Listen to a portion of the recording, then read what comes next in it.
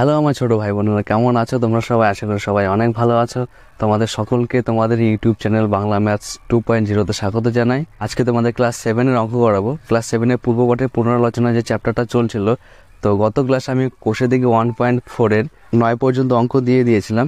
তো আজকে 9-এর পরের মানে 10 থেকে যে 16 পর্যন্ত অঙ্ক আছে, সেই 10 থেকে 16 পর্যন্ত অঙ্ক তোমাদের আজকে দিয়ে দেবো, কমপ্লিট করব।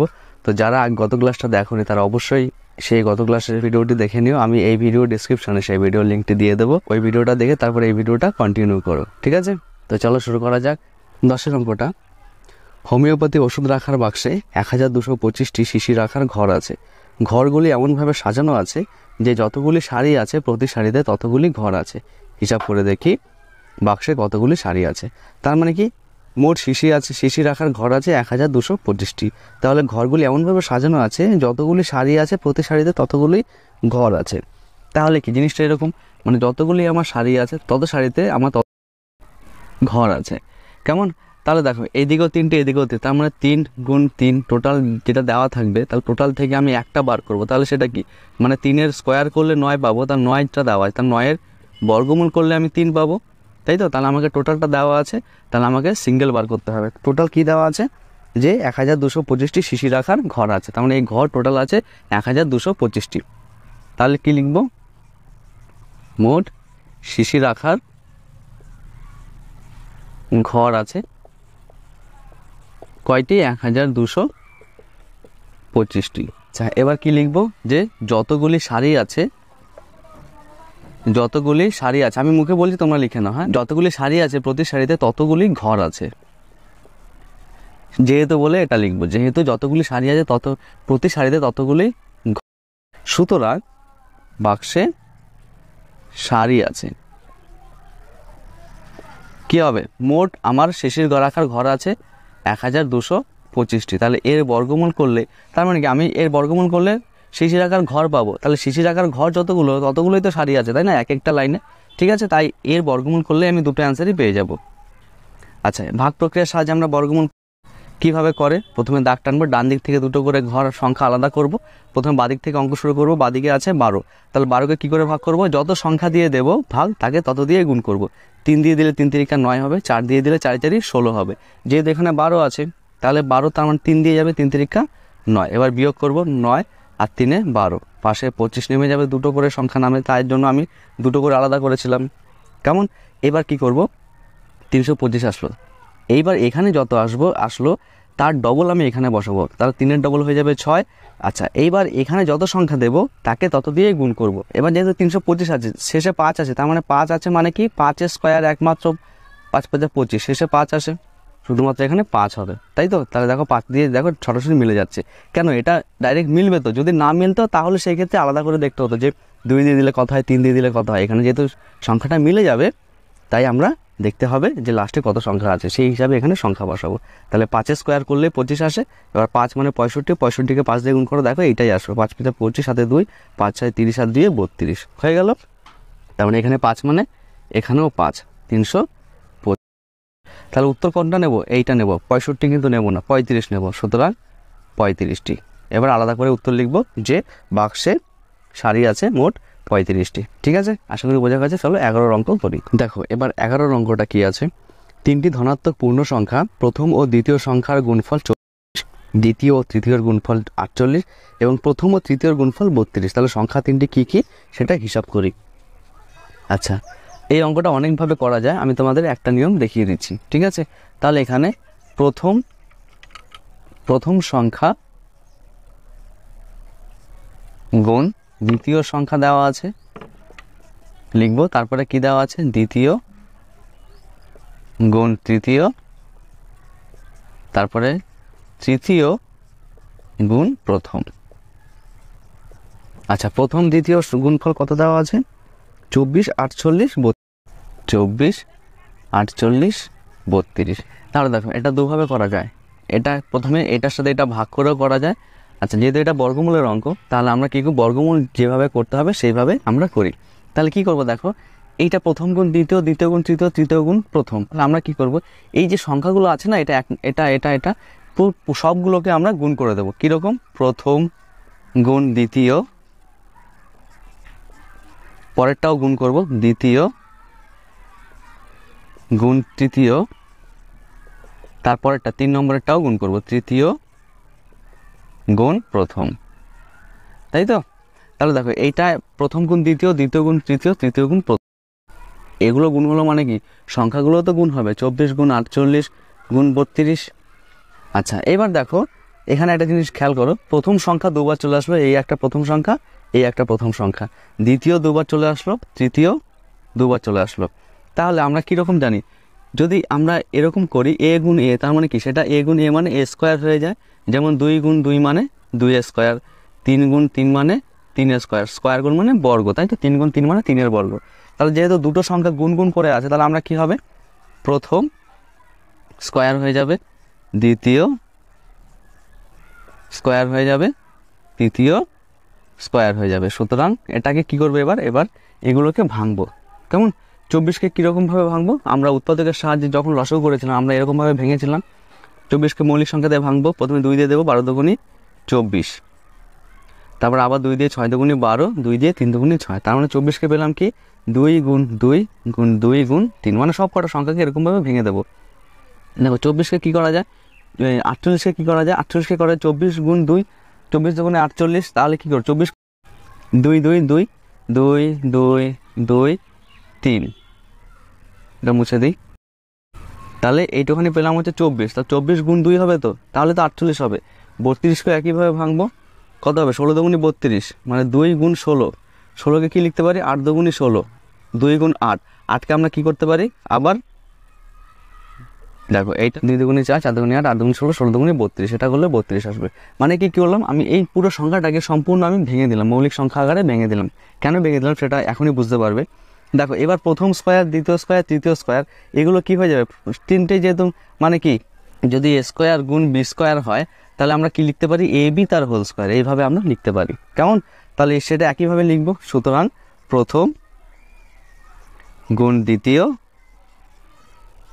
গুণ তৃতীয়, তাহলে পুরোটা স্কোয়ার হয়ে গেল, আর এটা যা আছে তাই থাকবে, 2 গুণ 2 যা আছে তাই।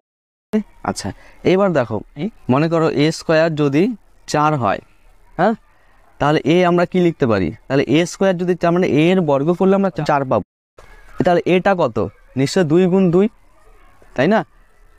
এ স্কোয়ার যদি 4 হয় তাহলে এটা কত, এটাকে 4টাকে ভাঙলে আমরা 2 গুণ 2 করতে পারি, তাহলে এ সমান সমান কি 2 হয়ে যাবে। সেটা কি করে, ফর্মুলাটা কি করে বার করতে হয়, এ স্কোয়ার যদি 4 হয় তাহলে এ সমান সমান √4 লিখতে হয়। তার মানে এ স্কোয়ার যদি 4 হয় তাহলে এ কি হবে 4-এর বর্গমূল। ঠিক আছে, তাহলে এই জিনিসটাই এখানে করব। কি করব দেখো, প্রথম গুণ দ্বিতীয় গুণ তৃতীয় স্কোয়ার যদি এইটা হয়, তাহলে সুতরাং দিয়ে প্রথম গুণ দ্বিতীয় গুণ তৃতীয় কি হয়ে যাবে, পুরোটার বর্গমূল হয়ে যাবে, পুরোটার বর্গমূল হয়ে যাবে। আচ্ছা এবার কি করব, এবার এই বর্গমূলের ভেতরে বর্গমূল কি করে তুলতে হয়, যেমন এটা বর্গমূল কি করে আসবে, দুটো নিয়ে একটা আসবে। তা 4 যদি 2 স্কোয়ার হয় তাহলে বাইরে কত আসবে, শুধু 2 আসবে। দুটো সংখ্যা নিয়ে বর্গমূলের বাইরে একটা আসে, আমরা এইভাবে বর্গমূল করছি। এটা ভাগ আকারে করলাম না, সব কটাকে ভেঙে দিয়েছি। তাহলে কি করে দুটো দুটো করে সাজাবো, 2 স্কোয়ার, আচ্ছা এখানে 2 এখানে 2, আবার 2 স্কোয়ার, প্রথমে 2গুলোকে নাও, এখানে 2 এখানে 2, আরেকটা 2 স্কোয়ার, এখানে 2 এখানে 2, আরেকটা 2 স্কোয়ার, এখানে 2 এখানে 2, আরেকটা 2 স্কোয়ার, লাস্টে আরও দুটো মানে আরেকটা। এবার 3গুলোকে নাও, এখানে একটা 3 এখানে একটা 3, তাই হয়ে গেল 3 স্কোয়ার, আর আছে 3, আর কোথাও 3 নেই। তাহলে দেখো এবার কি হবে, দুটো দুটো করে বাইরে একটা আসবে, সুতরাং দিয়ে লিখব বাইরে একটা 2, 1 2 3 4 5 6, 6টা 2 আসবে, 3 4 5 6, বাইরে একটা 3। এবার এগুলোকে গুণ করে বসিয়ে দেবো, কি হবে 2 দুগুণে 4, 4 দুগুণে 8, 8 দুগুণে 16, 16 দুগুণে 32, 32 দুগুণে 64, 64 গুণ 3। আচ্ছা এটাকে আমরা এরকমভাবে রেখে দিলাম, কেন কি আমার এখন অঙ্কটা কমপ্লিট হলো না। তুমি গুণাকারও লিখতে পারো, গুণাকারও লিখলেও কোনো অসুবিধা নেই, 3 4 12, 3 4 18 19, 192 লিখতে হবে। কেন আমি এরকমভাবে রেখে দেবো, কারণ পরে আমার কাটাকুটি করতে হবে। ঠিক আছে, দেখো তাহলে আমি এই সংখ্যাটা মানে 192টা কী পেলাম, প্রথম সংখ্যা গুণ দ্বিতীয় সংখ্যা গুণ তৃতীয় সংখ্যা। তাহলে প্রথম গুণ দ্বিতীয় গুণ তৃতীয় পেলাম হচ্ছে 192। এই দেখো এর মধ্যে প্রথম গুণ দ্বিতীয় আমরা জানি না কত, এই দেখো প্রথম গুণ দ্বিতীয় জানি 24। তাহলে এই যে তিনটে সংখ্যা গুণ আকারে আছে, প্রথম গুণ দ্বিতীয় গুণ তৃতীয়, এই তিনটে সংখ্যাকে আমি যদি এই প্রথম গুণ দ্বিতীয় সংখ্যাটা মানে এইটা দিয়ে ভাগ করে দিই, তাহলে এটা কেটে যাবে, তৃতীয় সংখ্যা পড়ে থাকবে না, তাই তো? তাহলে 192কে আমি কত দিয়ে ভাগ করবো? 24 দিয়ে। ঠিক আছে, কি তৃতীয় সংখ্যা পেয়ে গেলাম। আর তৃতীয় সংখ্যা পেয়ে গেলে দেখো দ্বিতীয় সংখ্যাও পেয়ে যাব, আর দ্বিতীয় পেয়ে গেলে প্রথমও পেয়ে যাব। বোঝা গেছে? চলো এবার স্টেপ বাই স্টেপ করাই, এইটুখানি অংশ মুছে দিই। দেখো এবার আমরা কি করব, এই প্রথম গুণ দ্বিতীয় গুণ তৃতীয়কে কত দিয়ে ভাগ করবো? প্রথম গুণ দ্বিতীয়, মানে কীরকমভাবে লিখবো? সুতরাং প্রথম গুণ দ্বিতীয় গুণ তৃতীয় সমান সমান কত পেয়েছিলাম? 192, সেটা 64 গুণ 3 আকারে রেখে দিলাম। তুমি পুরো এরকমভাবেও লিখতে পারো, কোনো অসুবিধা নেই, বা 192 লিখতে পারো। যেহেতু কাটাকুটি করতে হবে, তা আমরা সিঙ্গেলভাবে রেখে দিলাম। এটা কত দিয়ে ভাগ করব? প্রথম গুণ দ্বিতীয়। তাহলে প্রথম গুণ দ্বিতীয় কত পেয়েছি? 24 পেয়েছি। ঠিক আছে, এবার দেখো কাটাকুটি করবো। প্রথমের সাথে প্রথম কেটে গেল, দ্বিতীয়র সাথে দ্বিতীয় কেটে গেল। তাহলে একইভাবে এটাও কাটাকুটি করবো। 3 8 24, 8 দিয়ে 64কে কাটলে 8 8 64। সুতরাং তৃতীয় সংখ্যা কত পেলাম? 8 পেয়ে গেলাম। ঠিক আছে, এবার দেখো তৃতীয় সংখ্যা পেয়ে গেছি, মানে একইভাবে দ্বিতীয় গুণ তৃতীয়কে যদি আমি তৃতীয় দিয়ে ভাগ করে দিই, তাহলে তৃতীয় কেটে যাচ্ছে, দ্বিতীয় পরে রইলো। একইভাবে লিখবো আবার। সুতরাং দ্বিতীয় গুণ তৃতীয় সমান সমান 48। এটাকে ভাগ করবো কত দিয়ে? যেটা পেয়েছি সেটা তৃতীয় সংখ্যা দিয়ে ভাগ করে দেব। তাহলে তৃতীয় সংখ্যা কত পেয়েছি? 8 পেয়েছি। তাহলে তৃতীয়র সাথে তৃতীয় কেটে গেল, দ্বিতীয় পড়ে রইল 6 8 48। সুতরাং দ্বিতীয় সংখ্যা কত পেলাম? 6। ঠিক আছে, এবার দ্বিতীয় সংখ্যা তৃতীয় তো পেয়ে গেছি, প্রথম সংখ্যা আর দ্বিতীয় সংখ্যা একসাথে আছে। তার মানে আমি এই প্রথম সংখ্যা গুণ দ্বিতীয় সংখ্যাকে যদি দ্বিতীয় দিয়ে ভাগ করে দিই, তাহলে প্রথম সংখ্যা পেয়ে যাব। ঠিক আছে, তাহলে সেরকমভাবে করব। প্রথম গুণ দ্বিতীয় সমান সমান 24। একে কত দিয়ে ভাগ করছি? দ্বিতীয় দিয়ে ভাগ করছি। তাহলে ভাগ কত? 6 দিয়ে করলাম। তা দ্বিতীয় সাথে দ্বিতীয় কেটে গেল, 6 দিয়ে 4 6 24। সুতরাং প্রথম সংখ্যা কত পেলাম? 4 পেলাম। ঠিক আছে, এইভাবে আরেকভাবে হয়, সেটা সেইভাবে আমি আর করালাম না, এইভাবেই তোমাদের করিয়ে দিলাম। ঠিক আছে, দেখো প্রথম দ্বিতীয় তৃতীয় এইভাবে তোমাদের করতে হবে, যেহেতু এটা বর্গমূলের অঙ্ক, তাই বর্গমূলের নিয়মটা একটু তোমাদের দেখাতে হবে। তো চলো এবার নেক্সট অঙ্ক করি। দেখো এবার 12টা আছে, বলেছে শিবাজি সংঘের ক্লাবে যতজন সদস্য আছে প্রত্যেকের সদস্যর সংখ্যা 5 গুণ টাকা চাঁদা দিয়েছে। তাহলে মোট এত টাকা চাঁদা উঠেছে, হিসাব করে দিই ক্লাবের সদস্য সংখ্যা কত। আচ্ছা, এখানে তোমাদের আগে অঙ্কটা বুঝিয়ে দিই। ঠিক আছে, মনে করো জন সদস্য আছে, পরিমাণ লোক সদস্য আছে। তাহলে বলেছে তোমাকে যতজন সদস্য আছে তার 5 গুণ পরিমাণ চাঁদা দিয়েছে। তাহলে তার 5 গুণ মানে সদস্যর 5 গুণ পরিমাণ চাঁদা দিয়েছে। তাহলে এটা এক একজন দিয়েছে, তাই না? তাহলে যতজন সদস্য আছে প্রত্যেকে তার 5 গুণ পরিমাণ চাঁদা দিয়েছে। তাহলে যদি এটা পরিমাণ লোক থাকে, তাহলে এর 5 গুণ করলে তারা এক একজন এই টাকা করে চাঁদা দিয়েছে। তাহলে আমার লোক আছে কত? জন। তাহলে জনের মোট চাঁদা কত? তাহলে গুণ 5 এরকম। তাহলে এটা হচ্ছে মোট চাঁদা। তাহলে দেখো এর যদি বর্গমূল করি আমি কিন্তু উত্তর পাবো না। কেন উত্তর পাবো না? কারণ এইটার বর্গমূল করলে আমি উত্তর পাবো। কেন? কারণ বলেছে একজনের 5 গুণ চাঁদা দিয়েছে। তার মানে প্রথমে 5টাকে আমাকে সরাতে হবে। 5টাকে কী করবো? টোটালটাকে যদি আমি 5 দিয়ে ভাগ করি, তাহলে 5 5 কেটে যাবে। তাহলে 5 কেটে গেলে এই যে টাকাটা পেলাম, এইটা কি পরিমাণ টাকা পেলাম? যতজন লোক তত পরিমাণই টাকা, তাই না? যতজন লোক তত পরিমাণই টাকা, সেটা প্রথমে বার করব 5 দিয়ে ভাগ করে, তারপরে ওর বর্গমূল করলে আমরা উত্তর পেয়ে যাব। আশা করি বোঝা গেছে। চলো এবার স্টেপ। প্রথমে কি লিখবো? যে লেখো, আমি যেটা বলছি সেটা লিখবে, যে শিবাজি সংঘের ক্লাবে যতজন সদস্য আছে প্রত্যেকে সদস্য সংখ্যার 5 গুণ টাকা চাঁদা দেওয়ায় মোট চাঁদা উঠেছে। পুরো কথাটা লিখে তারপরে মোট চাঁদা উঠেছে। কত টাকা চাঁদা উঠেছে? 5,1,5,2,0,5 টাকা। এটা হচ্ছে যতজন লোক তার 5 গুণ পরিমাণ। যতজন, প্রথমে 5টাকে ভাগ করব, তাহলে 5টা ভাগ করে লিখতে হবে তো। যতজন সদস্য আছে প্রত্যেকে তত পরিমাণ চাঁদা দিলে মোট চাঁদা উঠবে। কি হবে? তাহলে তখন ভাগ হয়ে যাবে। 5,1,5,2,0,5 ভাগ 5 গুণ চাঁদা দিয়েছিল, তাই আমি প্রত্যেকে তত পরিমাণ চাঁদা, এখানে কিন্তু 5 গুণ কথাটা লিখিনি। তাহলে তত পরিমাণ মানে 5 দিয়ে ভাগ করতে হবে। ঠিক আছে, এবার 5 দিয়ে ভাগ করো। প্রথমে 5 1 5, 5 1 5, তাহলে 5কে দিলে 1 আছে, 1কে ভাগ যায় না। দুটো সংখ্যাকে একবারে ভাগ করতে গেলে সংখ্যা শূন্য দেওয়া একটা সংখ্যা ভাগ করতে হয়। তাহলে 15, 3 5 15। আবার 2কে দেখো ভাগ যায় না, দুটো সংখ্যাকে দিতে হবে, তাই এখানে আরেকটা শূন্য হবে। 4 5 20, 5 1 5। ঠিক আছে, তাহলে এই পরিমাণ প্রত্যেকে একই পরিমাণ, যতজন সদস্য আছে প্রত্যেকে একই পরিমাণ চাঁদা দিলে আমার এই টাকাটা ওঠে। তাহলে এবার কি লিখবো? সুতরাং মোট সদস্য। দেখো এবার মোট সদস্য এর বর্গমূল করলে আমরা উত্তর পেয়ে যাব। ঠিক আছে, তাহলে এখানে ভাগ প্রক্রিয়ার সাহায্যে বর্গমূল করব। কিভাবে? ডান দিক থেকে দুটো করে সংখ্যা আলাদা করতে হয়, বাঁ দিক থেকে অঙ্ক করতে হয়। 10 আছে, 3 দিয়ে দেবো, যত দিয়ে ভাগ দেবো তাকে তত দিয়ে গুণ করব। 3 তিরিকা 9, বিয়োগ করলে 1 হয় 30। এবার কি হবে? 3-এর ডবল 6 হবে। আচ্ছা, এবার এখানে যত সংখ্যা দিব তাকে তত দিয়ে গুণ করবো। এটা যেহেতু মিলছে না তাই এখানে বুঝতে পারবো না যে এটা শেষে যত দিয়ে দেবো। যদি মনে করো 0, তাহলে 0 দিয়ে দিতে হবে, এটা মিলবে না, কারণ কি আরও পরে দুটো সংখ্যা আছে। তাহলে এখানে দেখতে হবে যে কত সংখ্যা দিয়ে দিলে যাচ্ছে। 2 দিয়ে দিলে 2 দুগুণে 4, 6 দুগুণে 12, তাহলে 2 দিয়েই যাবে। 2 দুগুণে 4, 6 দুগুণে 12, বিয়োগ করো 6, তাহলে 6 আসলো। এবার এর ডবল এখানে বসবে, 32-এর ডবল কত হয়? 64। আর পাশের দুটো সংখ্যা নামিয়ে দাও, 41। দেখো এখানে শেষে 41, তার মানে অঙ্কটা মিলে যাবে। তার মানে 41 শেষে 1, 1 কার বর্গ করলে হয়? 1-এর বর্গ 1 হয়, আর 9-এর বর্গ 1 হয়, তাই না? আমি এরকমভাবে অঙ্ক যারা বুঝতে পারছো না তারা আগের ক্লাসটি অবশ্যই দেখে নিও, ঠিক আছে? আচ্ছা, তাহলে দেখো এখানে কত হবে? হয় 1 দিয়ে যাবে, যদি 1 দিই তাহলে দেখো 1 দিয়ে 3টাকে গুণ করতে হবে, তার মানে 641 হচ্ছে। তার মানে এখানে 1 দিয়ে যাবে, 641। তাহলে উত্তর কত পেলাম? 321 জন। ঠিক আছে, আচ্ছা এটাই হয়ে গেল। তো চলো এবার নেক্সট অঙ্ক করি। আবার দেখো 13 অঙ্কটা কি বলেছে? দার্জিলিংয়ের এক বাগানের মালিক মোট 1080টি কমলালেবু পেরেছেন। সেই কমলালেবু কতকগুলি ঝুড়ি এনে তার প্রতিটিতে ঝুড়ির সংখ্যার সমান কমলালেবু রাখতে গিয়ে দেন 9টি কমলালেবু কম পড়েছে। তিনি কতগুলি ঝুড়ি এনেছিলেন হিসাব করে দেখি। তার মানে কি? দেখো 1080টি কমলালেবু এনেছিলেন, ঠিক আছে? তাহলে এই কমলালেবু এমনভাবে সাজাচ্ছেন যে যতগুলি ঝুড়ি তত এক একটা ঝুড়িতে তত পরিমাণে কমলালেবু রাখবেন। রাখতে গিয়ে দেখছেন যে তার মধ্যে 9টি কমলালেবু কম পড়েছে। তার মানে দেখো এখানে একটু বুঝবে, 9টি কমলালেবু কম পড়েছে, তার মানে কি এর মধ্যে যদি আরও 9টি কমলালেবু বেশি থাকতো তাহলে যে সংখ্যাটা পেতাম তাকে পুরোপুরি বর্গাকারে আমি সাজাতে পারতাম, তাই তো? যেহেতু 9টি কমলালেবু কম পড়েছে তাই এটা পুরোপুরি বর্গাকারে সাজাতে পারেনি, ঠিক আছে? তাহলে এখানে আমাকে বলেছে যে কতগুলি ঝুড়ি এনেছে। তাহলে ঝুড়িটা বার করতে হলে প্রথমে আমাকে পুরোটাকে বর্গমূল করতে হবে। কাকে বর্গমূল করবো? 1080কে কিন্তু বর্গমূল করবো না, কেন? 1080কে তো সাজাতেই পারেনি, 9টি লেবু কম পড়েছে। তার মানে 9 যোগ করার পরে যেটা হবে তার বর্গমূল করলে আমি পেয়ে যাব, ঠিক আছে? তাহলে একইভাবে কথাটা লিখব যে মোট কমলা লেবু আছে বা এনেছে 80টি। আচ্ছা, এবার ওই কথাটা লিখবো যে কি লিখবো? যে যতগুলি ঝুড়ি এনেছে তার প্রতিটিতে ঝুড়ির সংখ্যা সমান কমলা লেবু রাখতে গিয়ে দেখলে যে 9টি লেবু কম পড়েছে।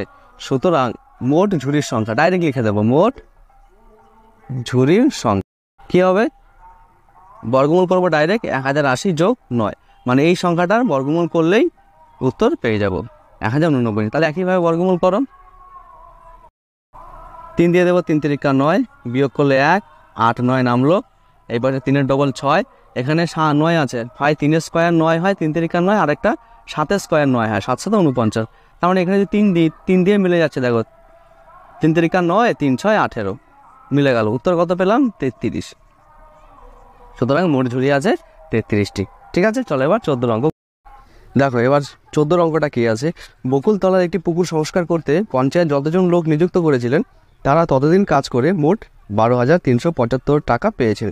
প্রত্যেকে দৈনিক যদি 55 টাকা দেন তবে কতজন লোক কাজ করেছিলেন হিসাব করে দেখি। মানে এখানেও হিসাবটা একই হয়েছে। 14 অঙ্ক দেখো, প্রথমে কি লিখবো? যতজন লোক নিযুক্ত আছেন তারা ততদিন কাজ করে মোট টাকা পেয়েছেন কত? 12,375 টাকা, তাই তো? আচ্ছা, প্রত্যেকে দৈনিক যদি 55 টাকা করে পান, তার মানে দেখো মনে করো একইভাবে লোক আছে আমার এ পরিমাণ, তাহলে এই পরিমাণের 55 গুণ, তাই তো? প্রত্যেকে 55 টাকা করে পান, তার মানে কি হবে? এই 55 টাকাকে প্রথমে সরাতে হবে। তাহলে একইভাবে লিখ যে প্রত্যেকে দৈনিক 55 টাকা করে পান, প্রত্যেকে দৈনিক 55 টাকা করে পান, তাই তো? সুতরাং ডাইরেক্ট করে ফেলবো। সুতরাং কি কতজন লোক কাজ করেছিল? সুতরাং মোট লোক কাজ করেছিলেন কি হবে? 12,375 ভাগ 55। মোট লোক কাজ করেছিল, তার মানে কি যেটা টাকা সেটা বর্গমূল করতে হবে, তাহলে টোটালটার বর্গমূল করতে হবে। এবার কাটাকুটি করো, 5 দিয়ে 5 এগারো 55, 5 দিয়ে কাটাকুটি করলে 5 দুগুণে 10 আর 23, 4 5 20, 5 7 35, 5 5 25, তাহলে কত আসলো 24 75/11।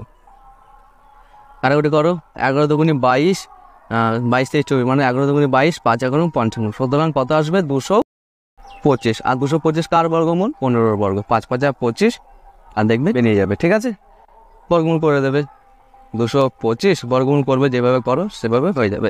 1 দিয়ে দেবো, 1 1 1, 1 ডবল 2, 5 দিয়ে 5 5 25, 5 দুগুণে 10, আর দিয়ে 12, তার মানে 15 পেলাম। ঠিক আছে, তাহলে মোট লোক কাজ করেছেন কজন? 15 জন। হয়ে গেছে। এবার দেখো 15 অঙ্কটা কি আছে, 4 অঙ্কের কোন বৃহত্তম পূর্ণবর্গ সংখ্যা 12, 18 ও 30 দ্বারা বিভাজ্য। দেখো প্রথমে কি লিখবো, কি বৃহত্তম পূর্ণবর্গ সংখ্যা খুঁজি যা 12, 18, 30 দ্বারা বিভাজ্য, তাই তো? 12, 18 ও 30 দ্বারা বিভাজ্য, সুতরাং 12, 18, 30-এর লসাগু খুঁজি। লসাগু যদি মনে করেন একটা সংখ্যা আসলো, তার মানে সেই লসাগুকে 12 দিয়েও ভাগ যাবে, 18 দিয়ে ভাগ যাবে, 30 দিয়েও ভাগ যাবে, সেটা হচ্ছে একটা সংখ্যা হবে। সেটা কি? এদের লসাগু বার করতে হবে। তাহলে প্রথমে আমি এদের লসাগু বার করব। কত দিয়ে যাবে দেখো, 2 দিয়ে যাবে 6 দুগুণে 12, 9 দুগুণে 18, 15 দুগুণে 30, 3 দিয়ে যাবে 3 দুগুণে 6, 3 3 9, 3 5 15, আর যায় না। এখানে কিন্তু নির্ণয় লসাগু লিখবো না, কারণ এখানে লসাগু বার করতে বলেনি। আমরা লসাগু সুবিধার জন্য করলাম, সব কটা গুণ হয় লসাগুর ক্ষেত্রে। তাহলে গুণ করো, 5 দুগুণে 10, 3 3 9, 9 দুগুণে 18, তার মানে আর এখানে 10 মানে 180 হলো, তাই তো? লসাগু পেলাম 180। দেখো আচ্ছা, এটা বার করবো না, এই 180টা বার করবো না। কেন বার করবো না? তোমাকে এখানে বলছে পূর্ণবর্গ সংখ্যা, ঠিক আছে? লসাগু তো আমার যে কোনো সংখ্যা আসতেই পারে। এবার বলছে পূর্ণবর্গ সংখ্যা, তাহলে পূর্ণবর্গ সংখ্যা কোনগুলোকে বলে? 2 গুণ 2, এটা হচ্ছে একটা পূর্ণবর্গ সংখ্যা, 3 গুণ 3, এগুলো একটা পূর্ণবর্গ সংখ্যা। তাহলে এখানে প্রথমে আগে পূর্ণবর্গ বার করতে হবে। তাহলে কি লিখবো? সংখ্যাটি পূর্ণবর্গ নয়, সুতরাং পূর্ণবর্গ সংখ্যাটি হলো, এখানে করছি আমি, কি লিখবো? যে লসাগু পূর্ণবর্গ নয়, সুতরাং পূর্ণবর্গ লসাগু সমান সমান, দেখো কি কি আছে সেটাকে সাজাতে হবে। 2 আছে 2টো, তাই 2 স্কোয়ার, 3 আছে 2টো, তাই 3 স্কোয়ার, আর 5 আছে 1টা। তাহলে দেখো এখানে এটাকে পূর্ণবর্গ করতে হলে কত দিয়ে গুণ করতে হবে? এক্সট্রা 5 দিয়ে আরও গুণ করতে হবে, তাই তো? তাহলে গুণ করে দিলাম। তাহলে এটা গুণফল কত হয়েছিল দেখেছিলাম? 180। তাহলে 180-কে আরও 5 দিয়ে গুণ করো, 5 18 90, মানে 900 হলো। এবার দেখো, তাহলে বৃহত্তম পূর্ণবর্গ সংখ্যা আমরা পেয়ে গেছি 900। কিন্তু আমাকে কিন্তু উত্তরে এইটা বার করতে বলেনি, সে 4 অঙ্কের কোন সংখ্যাটা, 4 অঙ্কের বৃহত্তম পূর্ণবর্গ সংখ্যা। এবার কি করব? তাহলে 900 বেরোলো তো। সুতরাং এবার দেখতে হবে, দেখো এবারে একটা জিনিস বোঝো, যেটা লসাগু আসবে সেই লসাগুকে আমি যত সংখ্যা দিয়ে গুণ করি না কেন, ওই সংখ্যাটাকেও 12 দিয়ে 18 দিয়ে 30 দিয়ে ভাগ যাবে, যেভাবে লসাগুকেও 12 দিয়ে 18 দিয়ে 30 দিয়ে ভাগ যায়। বোঝা গেছে? তাহলে আমি এই যে 900 পেলাম, 900 হচ্ছে একটা পূর্ণবর্গ সংখ্যা। প্রথমে আমরা পূর্ণবর্গ বের করে নিলাম, কেন? এটা পূর্ণবর্গ ছিল না লসাগুটা, পূর্ণবর্গ বের করে নিলাম। এইবার এই পূর্ণবর্গ সংখ্যাকে, যেমন পূর্ণবর্গ সংখ্যাকে পূর্ণবর্গ সংখ্যা দিয়েই গুণ করলে পূর্ণবর্গ সংখ্যায় পাবো। কীরকম বুঝলে না? মনে করো 4 একটা পূর্ণবর্গ সংখ্যা, 2 দুগুণে 4, এই 4কে যদি আমি 2 দিয়ে গুণ করি কত হচ্ছে দেখো, 4 দুগুণে 8, 8 কিন্তু কোনো পূর্ণবর্গ সংখ্যা না। তাহলে 4-এর পরে যদি আমি পূর্ণবর্গ সংখ্যা খুঁজতে চাই, তাহলে সেটা আরেকটা পূর্ণবর্গ সংখ্যা দিয়ে গুণ করতে হবে। যে 3-এর পূর্ণবর্গ 9, 4 9 36, দেখো 36 কার পূর্ণবর্গ সংখ্যা? 6-এর পূর্ণবর্গ সংখ্যা।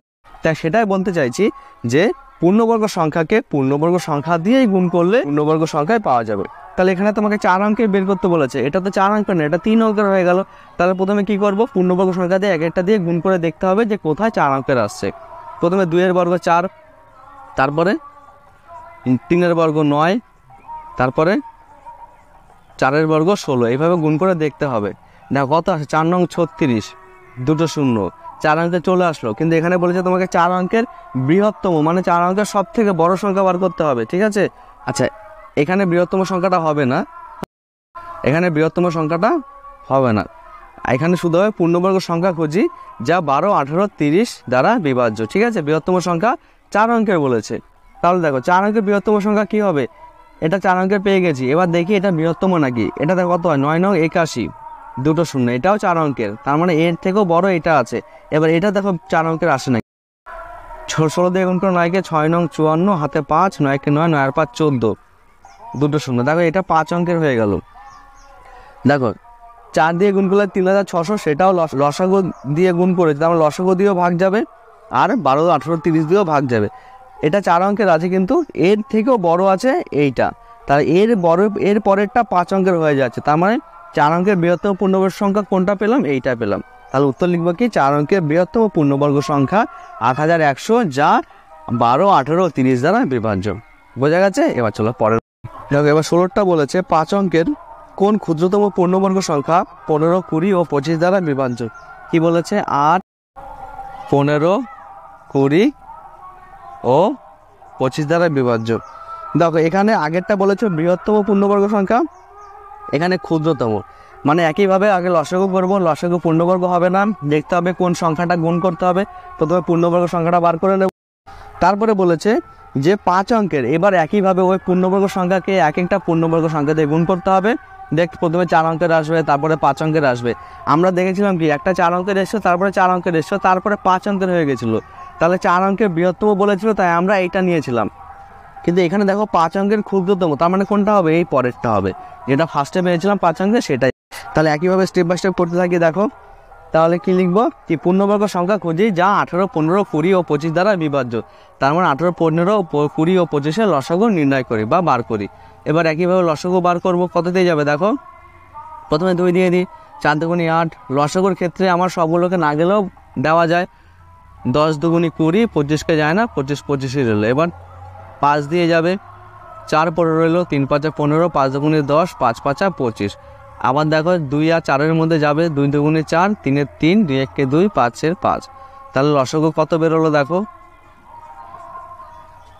সব গুণ হবে, 2 গুণ পাশাপাশি রাখি, 2 গুণ 2 গুণ 2 গুণ 5 গুণ 5 গুণ 3।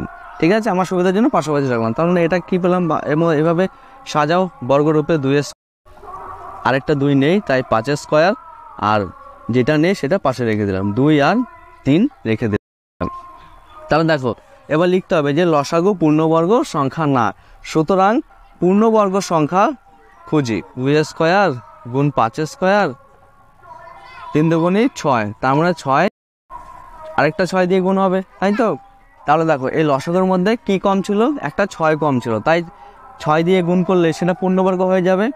আচ্ছা এবার গুণফলটা বার করতে হবে। দেখো 2 দুগুণি 4, 5 5 25, 4 25-এ 100, তার মানে এটা হয়ে গেল 100, আর এটা 6 6 36, তার মানে কত হবে 3600। 36-এর পরে দুটো শূন্য হয়ে যাবে।